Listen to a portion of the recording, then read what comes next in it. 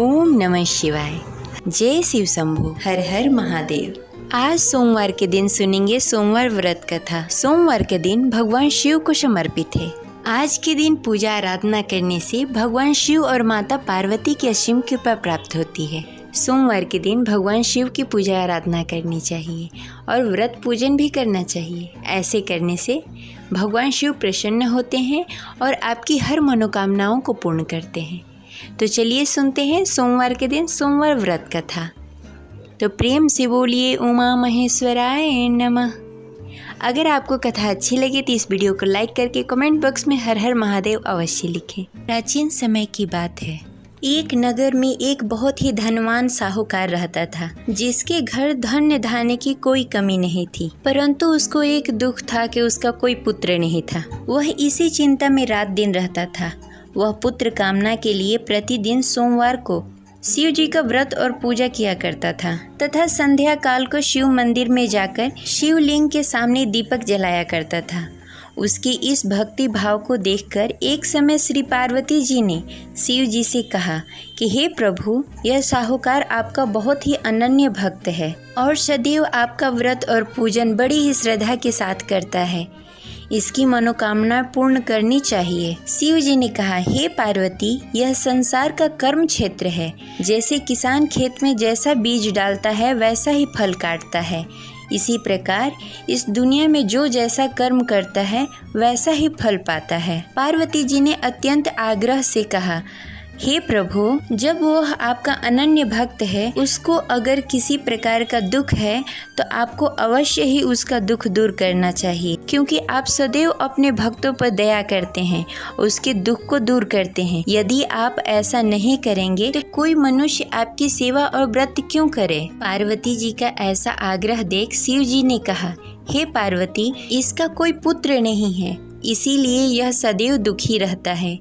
इसके भाग्य में पुत्र न होने पर भी मैं इसको पुत्र प्राप्ति का वर देता हूँ, परंतु यह पुत्र केवल 16 वर्षों तक ही जीवित रहेगा। इसके पश्चात मृत्यु को प्राप्त हो जाएगा। इससे अधिक मैं और कुछ नहीं कर सकता। ये सभी बातें साहूकार सुन रहा था। इससे उसको न कोई प्रसन्नता हुई और न ही कोई दुख हुआ। वह पहले जैसा ही शिव जी का व्रत और पूजन करता रहा। कुछ काल व्यतीत होने के पश्चात साहूकार की पत्नी गर्भवती हुई और 10वें महीने उसने पुत्र को जन्म दिया। साहूकार के घर में बहुत ही खुशी मनाई गई, परंतु साहूकार उसके 16 साल की आयु जानकर कुछ अधिक प्रसन्न नहीं हुआ। यह बातें उसके घर वालों को मालूम नहीं था। विद्वान पंडितों ने उसका पुत्र का नाम अमर रखा। जब अमर 12 वर्ष का हुआ तो उसे शिक्षा प्राप्त करने के लिए काशी भेजने का निश्चय हुआ। व्यापारी ने अमर के मामा को बुलाया और कहा कि अमर को शिक्षा प्राप्त करने के लिए काशी छोड़ आओ। अमर अपने मामा के साथ शिक्षा प्राप्त करने के लिए चला गया। रास्ते में जहां अमर और उसके मामा विश्राम करने के लिए ठहरते, वहीं यज्ञ करते और ब्राह्मणों को भोजन कराते।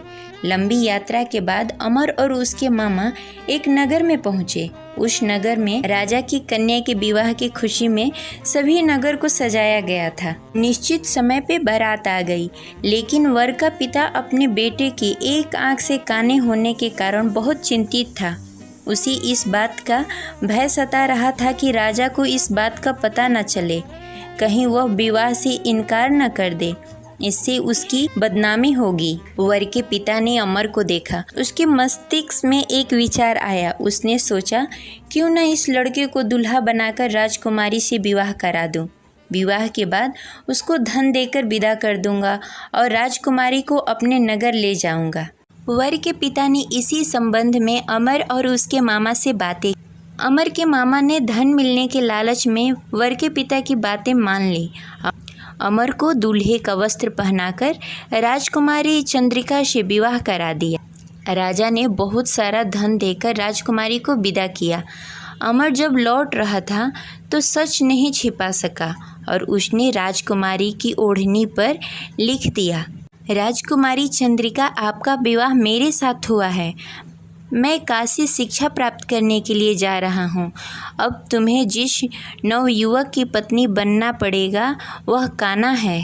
जब राजकुमारी ने अपनी ओढ़नी पर लिखा हुआ पढ़ा तो उसके काने लड़के के साथ जाने से इनकार कर दिया। राजा ने सब बातें जानकर राजकुमारी को महल में रख लिया और उधर अमर अपने मामा के साथ काशी पहुंच गया। अमर ने गुरुकुल में पढ़ना शुरू कर दिया। जब अमर की आयु 16 वर्ष पूरी हो गई, उसने एक यज्ञ किया। यज्ञ की समाप्ति पर ब्राह्मणों को भोजन कराया और सभी को अन्न और वस्त्र दान किए। रात्रि को अमर अपने शयन कक्ष में सोने के लिए चला गया। शिव जी के वरदान के अनुसार शयन अवस्था में अमर के प्राण पखेरु उड़ गए। सूर्योदय पर मामा अमर को मृत देखकर रोने लगे। आसपास के लोग भी एकत्र होकर दुख प्रकट करने लगे। मामा के रोने विलापने का स्वर समीप से गुजरते हुए भगवान शिव और माता पार्वती ने सुन लिया। पार्वती जी ने शिव जी से कहा, मुझे इसके रोने का स्वर सहन नहीं हो रहा है, आप इस व्यक्ति के कष्ट अवश्य दूर करें। भगवान शिव जी ने पार्वती जी के साथ अदृश्य रूप में समीप जाकर अमर को देखा तो पार्वती जी से बोला, हे पार्वती, यह तो वही व्यापारी का पुत्र है। मैंने इसे 16 वर्ष तक की आयु का वरदान दिया था। इसकी आयु पूरी हो गई है। पार्वती जी ने फिर भगवान शिव जी से निवेदन किया, हे प्रभु, आप इस लड़के को जीवित करें, नहीं तो इसके माता पिता पुत्र की मृत्यु के कारण रो रो कर अपने प्राण त्याग देंगे। इसके पिता तो आपके परम भक्त हैं, जो वर्षों से सोमवार का व्रत करते हुए भोग लगा रहा है। पार्वती जी के आग्रह करने पर भगवान शिव ने उस लड़के को जीवित होने का वरदान दिया और कुछ ही पल में वह जीवित होकर उठ गया। शिक्षा प्राप्त करने के बाद अमर अपने मामा के साथ अपने नगर की ओर चल दिया। दोनों चलते चलते उसी नगर पहुँचे जहाँ अमर का विवाह हुआ था। उस नगर में भी अमर ने यज्ञ का आयोजन किया।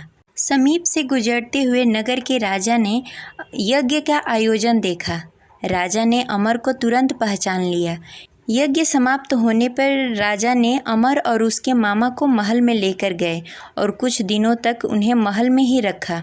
उसके पश्चात बहुत सारा धन वस्त्र देकर राजकुमारी के साथ विदा किया।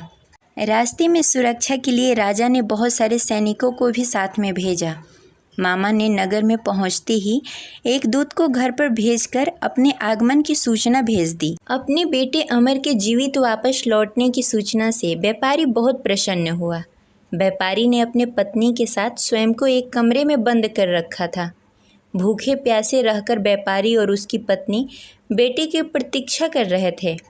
उन्होंने प्रतिज्ञा कर रखी थी कि यदि उन्हें अपना बेटा मृत्यु के मुंह से वापस लौटकर नहीं आया तो वो अपने प्राण त्याग देंगे। व्यापारी अपनी पत्नी और मित्रों के साथ नगर के द्वार पर चला गया।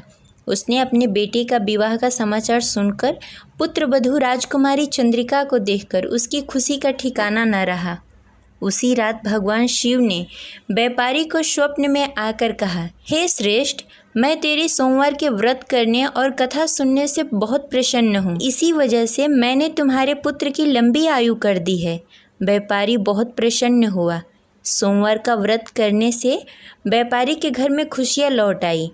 शास्त्रों में लिखा है कि जो भी स्त्री या पुरुष सोमवार का विधि विधान से व्रत करते हैं और कथा सुनते हैं, उनकी सभी इच्छाएं पूरी होती है। आशा करते हैं यह कथा आपको अच्छी लगी होगी। तो इस वीडियो को लाइक करें और ज़्यादा से ज़्यादा लोगों को शेयर करें। अगर आप इस चैनल पर नए हैं तो इसे सब्सक्राइब कर लें और बेल आइकन को भी प्रेस कर लें। मिलते हैं अगली वीडियो में, तब तक के लिए हर हर महादेव।